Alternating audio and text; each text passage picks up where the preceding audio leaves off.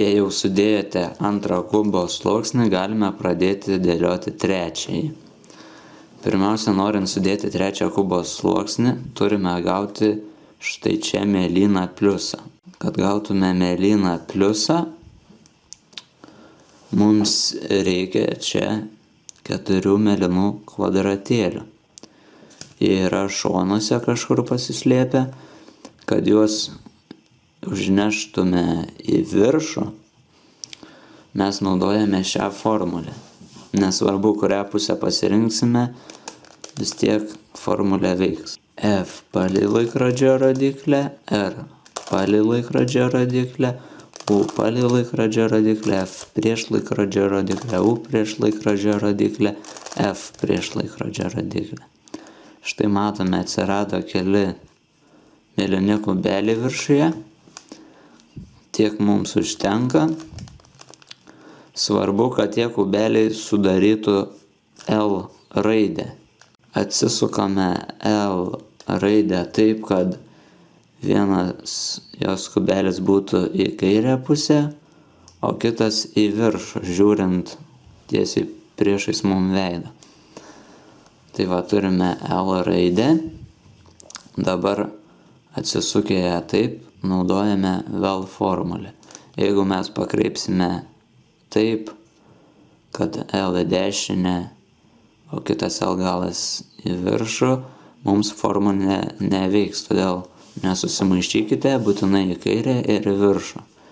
Dabar naudojame formulę tą pačią. F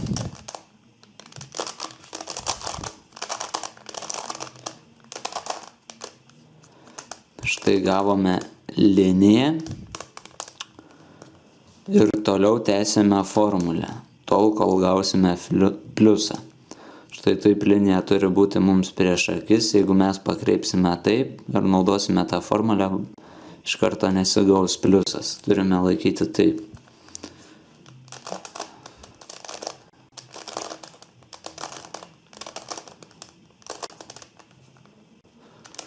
Štai gavome pliusą. Kai gavome pliusą, turime, kaip ir prieš tai žalioje pliuso dalyje, surinkti 2 kubelius. Štai čia matome vieną pliuso dalį ir iškart jau turime 2 oranžinius kubelius. Prieš naudojant formulę turime gauti bent 2 reikiamus kubelius. Tai yra, turime vieną oranžinį mums reikiamą pliuso dalies kubelį, čia neturime tinkamo ir čia netinkamas ir čia netinkamas. Sukame kubą tol, kol bent 2 kubeliai bus tinkami pliuso daliai kažkuriai. Tarkim, aš suksiu į šią pusę, štai turime vieną reikiamą kubelį ir antrą. Kad ir kur pasuktumėte, vis tiek susidarys 2 reikiami kubo kubeliai. Štai dabar, kai turime vieną ir antrą reikiamus kubelius, kubą pastatome taip, kad šitie reikiami kubeliai būtų atsisukę į viršų ir į dešinę, tai yra sudarytų L raidę. Ir atsukę priešais mus, štai vienas kubelis į dešinę, kitas į viršų, atsukame taip kubą ir naudojame formulę. R palei laikrodžio rodiklę, U palei laikrodžio rodiklę, L prieš laikrodžio rodiklę, U palei laikrodžio rodiklę, R palei laikrodžio rodiklę, U palei laikrodžio rodiklę, dar kartą U palei laikrodžio rodiklę ir R prieš laikrodžio rodiklę. Štai pliusas išliko. Kai atliekame šią formulę, viršutinę kubo dalį sukame palei laikrodžio rodiklę vieną kartą. Štai taip. Matome, mums reikiami kubo taškai atsidūrė reikiamoje mėlyno pliuso vietoje, visi gražiai susidėję. Gali atsitikti taip, kad jūs gausite 2 tinkamus kubelius, vienas priešais kitą. Štai matome vieną tinkamą kubelį ir antrą tinkamą kubelį. Jie yra vienas priešais kitą. Jeigu mes pasuksime viršutinę dalį, vis tiek gausime 2 kubelius vienas priešais kitą. Ką daryti tokiu atveju?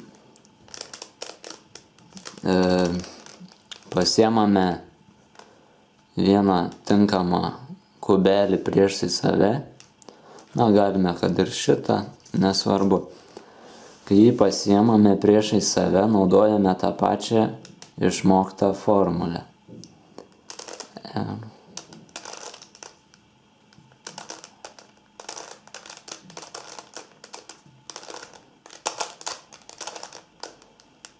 Štai, kai panaudojame formulę, matome štai prieš tai buvusi kubelį, jis tebėra gera pliuso dalis, niekas nepasikeitė, bet kitoje pusėje mes nebeturime balto kubelį.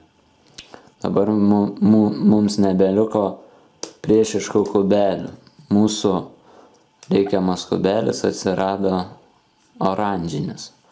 Nebe baltas priešais geltoną, bet oranžinis. Štai dabar pasukame geltoną į dešinę, oranžinį į viršų ir gauname štai L raidę. Kai L raidę turime, jau žinome, ką daryti. Viena L dalis dešinėje, kita viršuje. Ir naudojame formulę.